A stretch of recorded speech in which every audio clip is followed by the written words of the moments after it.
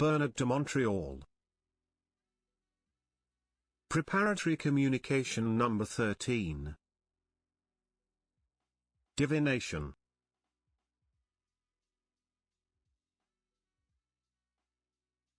Any forms of divination generate forces in man that may endanger his state of mind. The objects of divination are under the control of the astral powers, and man's recourse for these objects endangers the balance of his mental forces.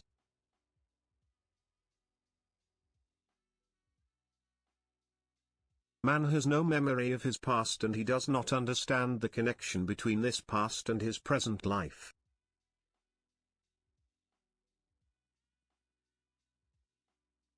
So that every form of divination, every object of divination, has a hidden power that allows man to communicate with the memory of his past, so that the forces contained in that memory can easily flow into his spirit and nourish it.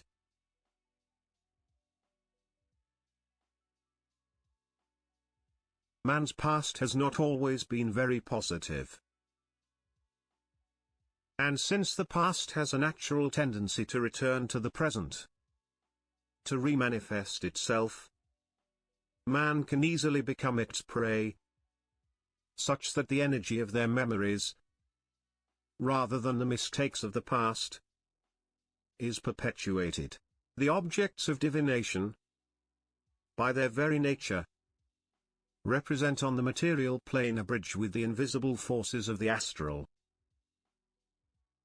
The danger of this bridge is not obvious to man, because he discovers in the laws, objects of divination, a singular pleasure, as much on the psychological, occult, or spiritual level.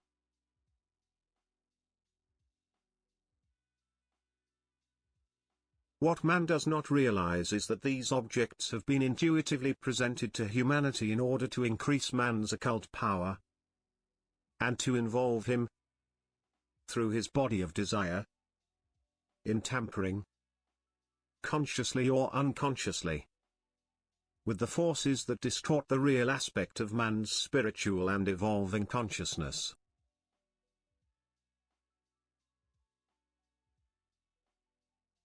Man has the naive impression that because something works that it works and that it is good.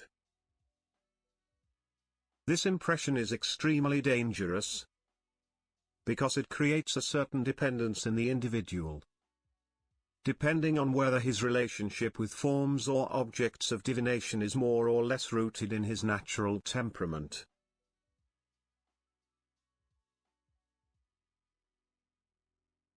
The great texts that have served to guide humanity out of the darkness of the spirit have always set the phenomenon of divination apart and have always demonstrated its harmful character to the spiritual evolution of man. But today, with the psychological evolution of modern man, these objects or forms are returning to the market and endangering many individuals. All forms of divination are harmful to man for two fundamental reasons. The first being this: man is directly linked, consciously or unconsciously, to invisible forces, and these forces have a power of domination over his spirit, if he has not reached a sufficient level of consciousness to make him free from any influence.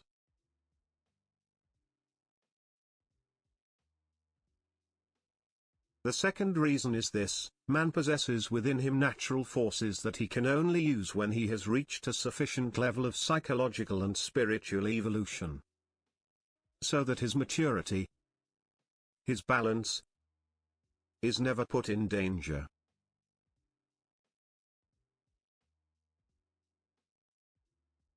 Unfortunately, man possesses a form of totally astral curiosity, totally linked to his body of desire and his great thirst to know the unknown.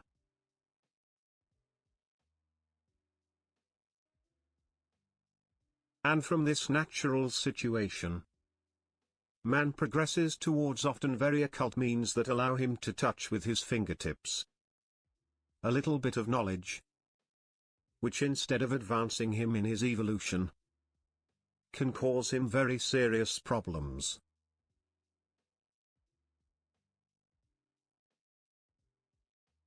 It is not the inner powers of man that are dangerous, it is the lack of balance in his spirit. The lack of balance between his mind and his emotional state that can manifest itself when these inner forces manifest themselves.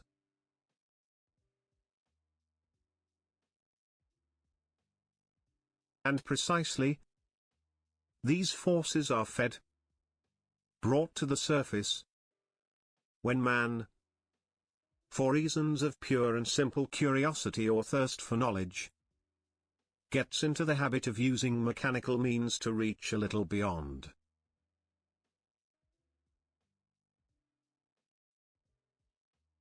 Not all men are affected in the same way by these forces, by these forms or objects of divination.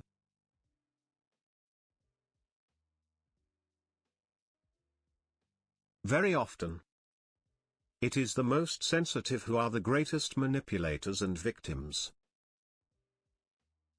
The forces of the spirit are not under the control of man, as long as he has not sufficiently penetrated into the dimension of the spirit, in order to understand it well and to be in perfect harmony with it.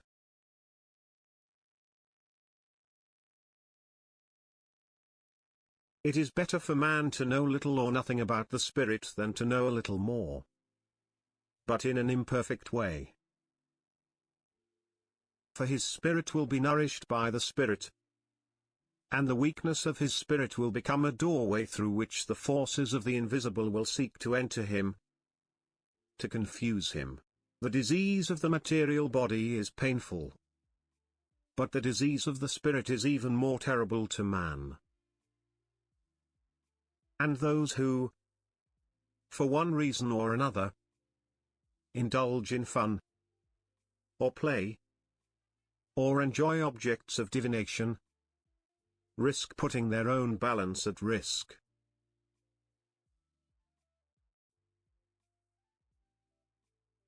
The objects of divination can be enjoyed by man only when he uses them for totally constructive and creative purposes, in order to help humanity or to do service to others. But the line is very thin, and few can recognize it.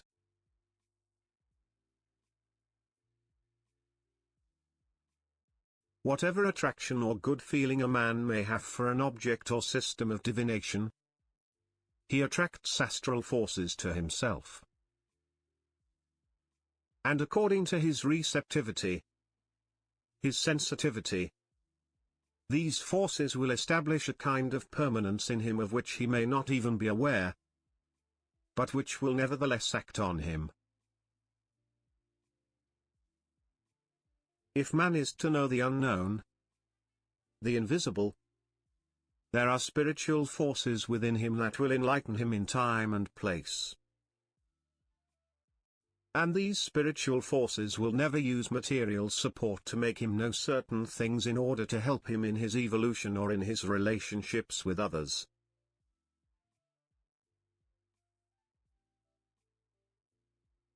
As long as man is on his guard, the danger is minimized. But when man loses consciousness of danger, it is at that moment that his spirit gradually fills up with nuanced influences, of which he does not yet have the discernment to discover the errors.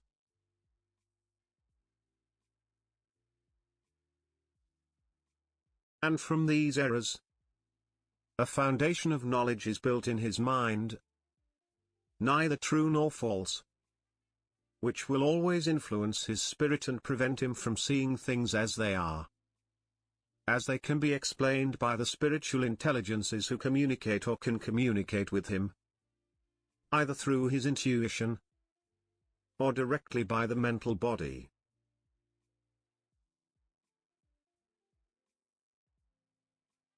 Your spirit is your most precious possession, and its balance must never be endangered in any way.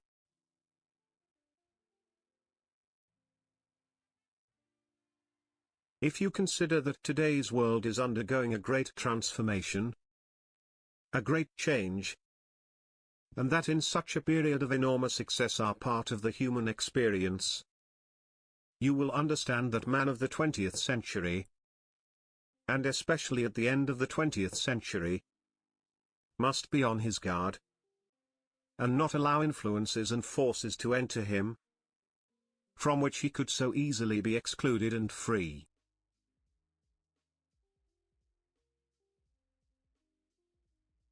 Today's man is besieged in a myriad of ways, and his spiritual experience is still very weak, very primitive.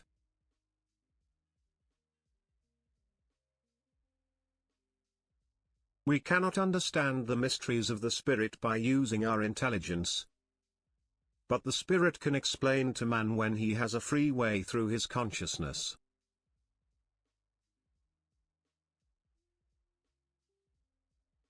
And when this consciousness is developed, man no longer needs mechanical means to understand the underside of reality.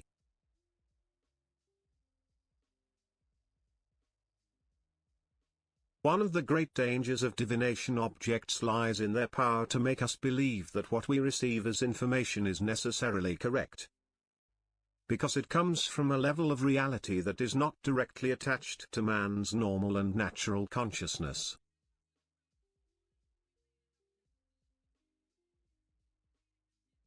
When we feel so informed by a source of intelligence that is not ours, we naturally and naively tend to believe that this source of intelligence is necessarily part of the forces of light.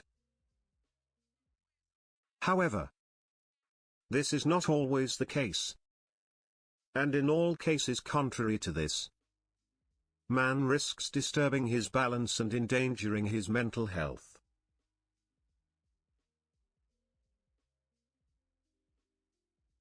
We are only beginning to understand the underside of man's reality.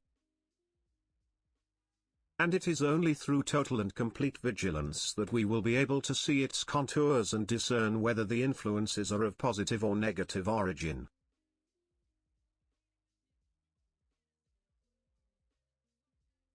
And since the laws of the Spirit are not the laws of the intelligent logic of man, man needs only to lose his vigilance for these forces to penetrate him, feed him, and make him believe that everything that works is necessarily true or good. This is not the case, and it is only in his experience, during his experience, that man can realize that.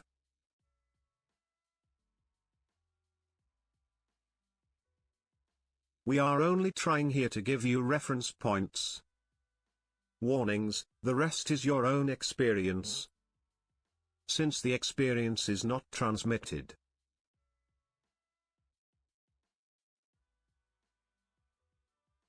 Objects or forms of divination are under the control of intelligences which, in turn, evolve under the control of other intelligences whose origin is lost in the darkest planes of the astral.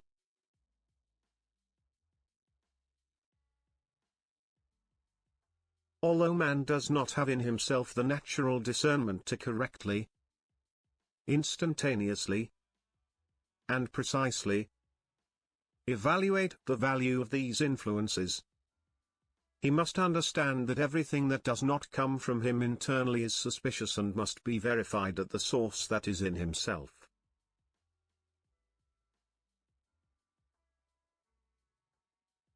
Otherwise, his spirit, fueled by an ever stronger curiosity, will seek to understand things or see events whose knowledge can only harm him, either because there are one or more errors in this knowledge, or because such knowledge is not the direct and profound fruit of his personal consciousness.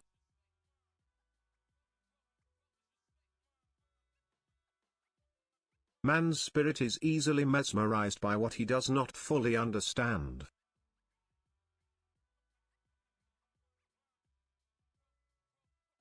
This attitude, moreover, stems from the fact that man, having not yet succeeded in understanding the totality of reality, is obliged to accumulate, here and there, fragments of information which cannot, in these present circumstances, be verified in an objective and internal way towards himself.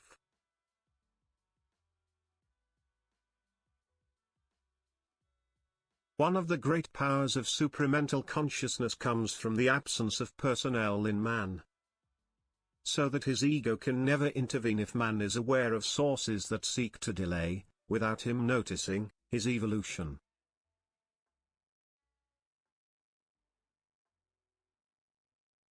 Man must remember that all these objects, all these psychic or mediumistic gadgets, serve to strengthen in him vibratory bonds that he does not need to be happy and balanced.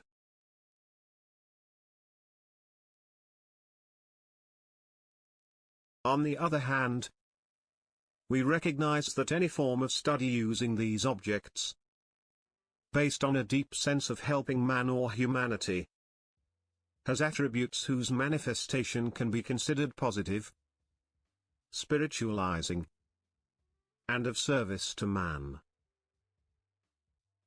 But is man, on the other hand, ready to assume responsibility for an action that can chain or draw into him forces of which he does not know the laws and of which he can only be a slave if, for one reason or another, they cannot serve him?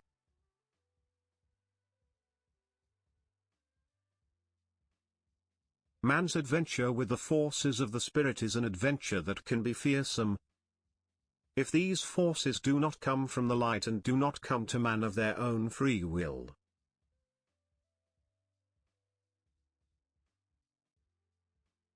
When man, through his personal desire, calls upon forces whose laws he does not know, he inevitably submits to probabilities whose danger inversely increases and in proportion to his discernment.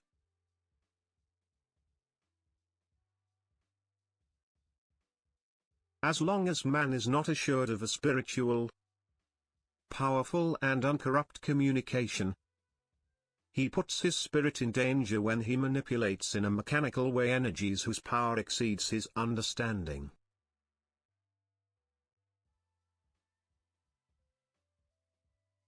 Curiosity has its good sides when it serves to give man a greater view, a greater extent in the field of his understanding. But if this curiosity inexorably leads him to naively live the lie, often veiled by a partial truth, he alone can be the victim.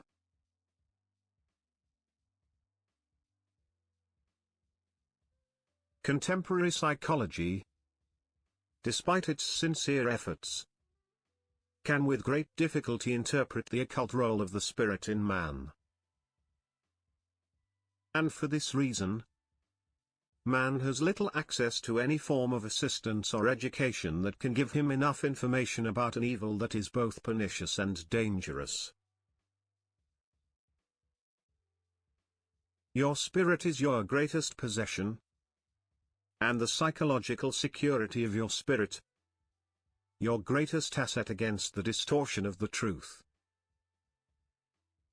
Any imbalance in your spirit, created by negative spiritual forces, can disenchant your life and marginalize your spirit, which otherwise could serve both the progressive and evolutionary existence, instead of a retrograde and sickly occult existence.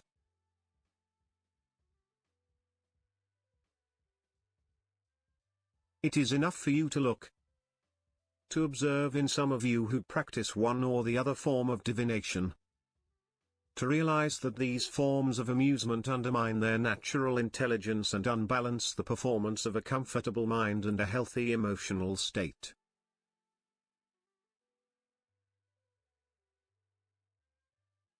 A system of divination can only be favorable to you if it inspires only trust in you. In such a case, The predominant effluent will come from Mercury.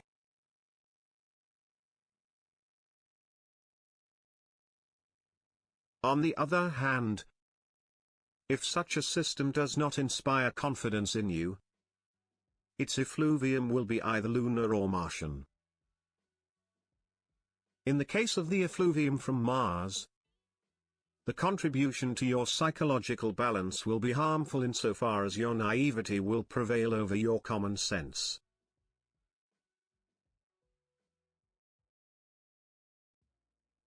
In the case of lunar effluvium, it will be harmful to you insofar as your research will serve personal and egocentric purposes.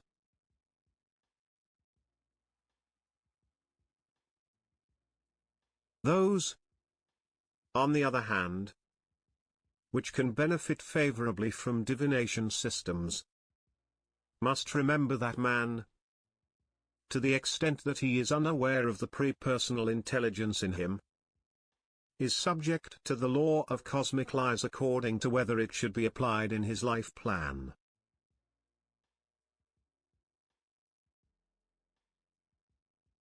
That is why, whether you use these divination systems, and whether the scents come from one globe or another, you will never be able to fully rely on them.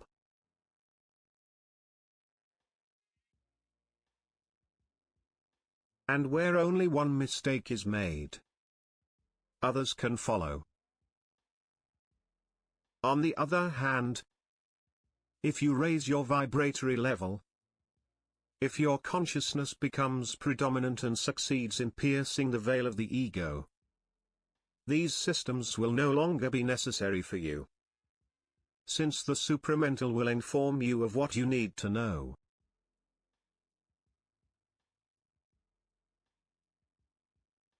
A great quietude of mind is necessary to achieve great clarity of reception and discernment in regards to the nature of understanding informed things.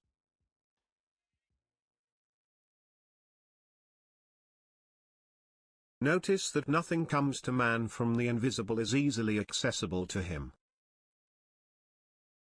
This is why divination systems are not for man tools that easily resolve the questions he may have about this or that thing.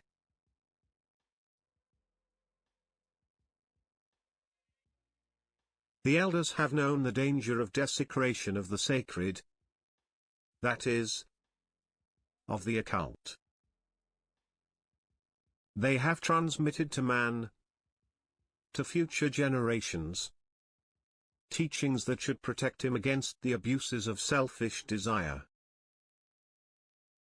It is up to you to realize that not everything that shines is a diamond.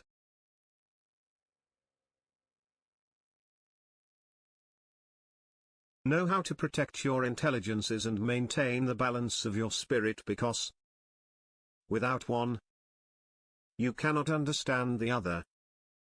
And without the other you cannot operate in a happy and vital way.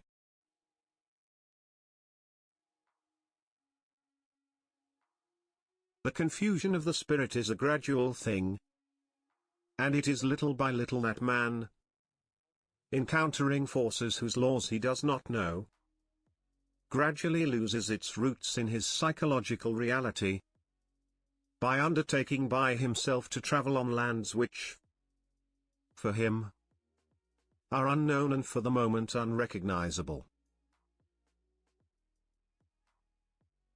The virtue of all real science is based on the balance between the spirit of man and the universal spirit. And this virtue is only acquired in serenity and humility. Curiosity is the daughter of pride. And pride is complicit in divination which is not fully understood in its occult laws.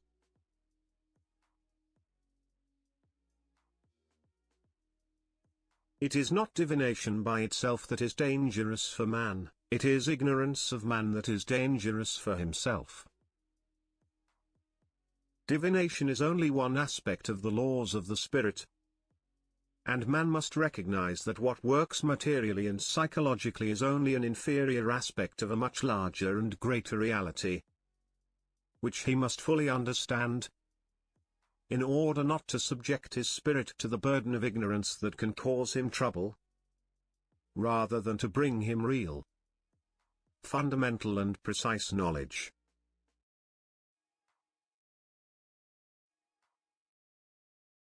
If it had been intended that the Spirit should manifest itself perfectly to man through the systems of divination, man would have already understood the laws of the Spirit and the mysteries of the invisible. But this was not the case.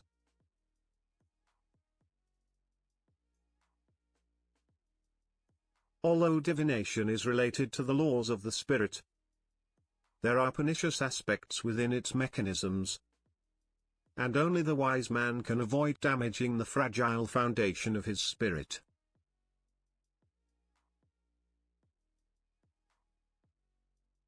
Notice that there are people who know how to use divination systems well, and these people can easily help others.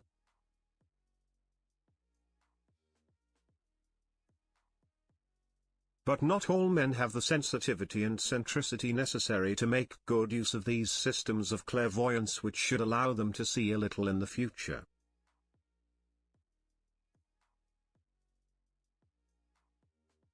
And if it is not given to man easily to see in the future, it is because it is known that man, because of his emotions, cannot support the weight of this knowledge.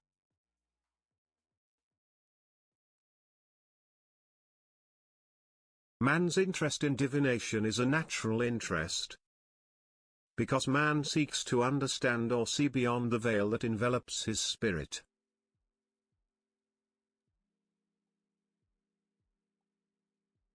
But man must walk certain paths during his evolution, before he can reach the plateau where he can look 360 degrees around him and see without fear of what will develop in the future.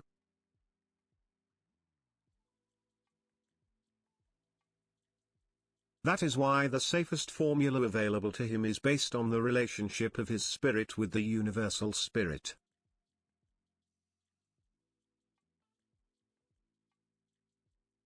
In this way, his spirit is protected by the universal spirit, and man can gradually penetrate the spheres of knowledge without being pushed and struck mortally by the power of their revelations.